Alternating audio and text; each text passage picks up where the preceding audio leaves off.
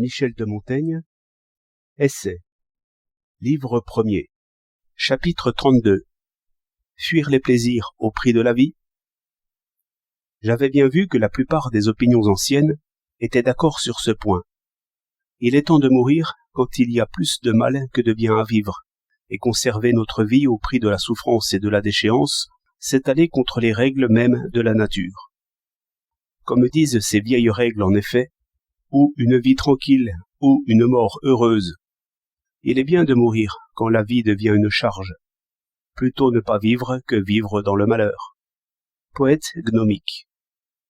Mais pousser le mépris de la mort au point de l'employer pour se défaire des honneurs, des richesses, des grandeurs et autres faveurs, de tous ces biens que nous devons à un sort favorable, comme si la raison n'avait pas assez à faire pour nous persuader de les abandonner sans qu'il faille y ajouter encore ce nouveau poids, cela je ne l'avais jamais vu ni prescrire ni mettre en pratique, jusqu'à ce que me tombe entre les mains ce passage de Sénèque, dans lequel il conseille à Lucilius, personnage puissant et jouissant d'une grande autorité auprès de l'empereur, de changer la vie voluptueuse et pompeuse qu'il mène, et renoncer aux ambitions du monde pour quelque vie solitaire, tranquille et philosophique.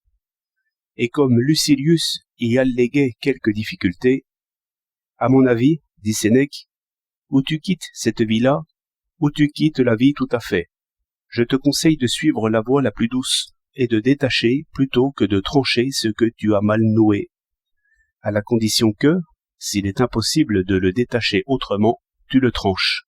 Il n'est pas d'homme, si peureux soit-il, qui ne préfère tomber une fois que de demeurer dans un équilibre instable.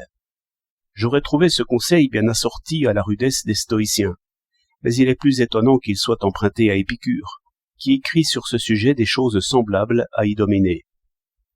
Je pense avoir remarqué quelque chose de semblable parmi les gens de chez nous, mais avec la modération chrétienne. Saint-Hilaire, évêque de Poitiers, ce fameux ennemi de l'hérésie arienne, alors qu'il était en Syrie, fut informé qu'Abra, sa fille unique, qu'il avait laissée là-bas avec sa mère, était recherchée en mariage par les plus brillants seigneurs du pays, parce qu'elle était bien élevée, belle et riche, et dans la fleur de son âge. Il lui écrivit alors, comme on peut le voir en lisant son histoire, pour qu'elle renonce à tous ses plaisirs et avantages qu'on lui faisait miroiter, qu'il lui avait trouvé pendant son voyage un bien meilleur parti, bien plus digne d'elle, un mari d'un tout autre pouvoir et d'une toute autre magnificence, qui lui donnerait en présent des robes et des joyaux d'un prix inestimable. Son dessein était de lui faire perdre le goût et l'usage des plaisirs mondains, pour l'unir entièrement à Dieu.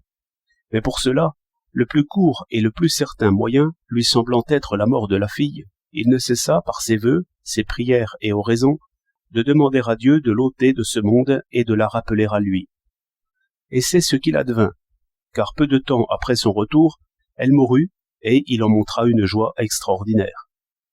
Ce personnage semble enchérir sur les autres, du fait qu'il emploie ce moyen en premier lieu, alors que les autres n'y font appel que subsidiairement, et aussi parce qu'il s'agit de sa fille unique. Mais je ne veux pas passer sous silence la fin de cette histoire, bien qu'elle sorte un peu de mon propos. La femme de Saint-Hilaire, ayant appris de sa bouche comment la mort de leur fille avait été le résultat de son dessein et de sa volonté, et combien celle-ci connaissait une plus grande félicité d'être enlevée à ce monde plutôt que d'y demeurer, elle éprouva une telle attirance envers la béatitude éternelle et céleste, qu'elle sollicita son mari avec une extrême insistance pour qu'il fasse la même chose pour elle. Et Dieu, cédant à leur prière commune, l'ayant rappelé à lui peu de temps après, ce fut une mort accueillie avec un extrême contentement par eux deux.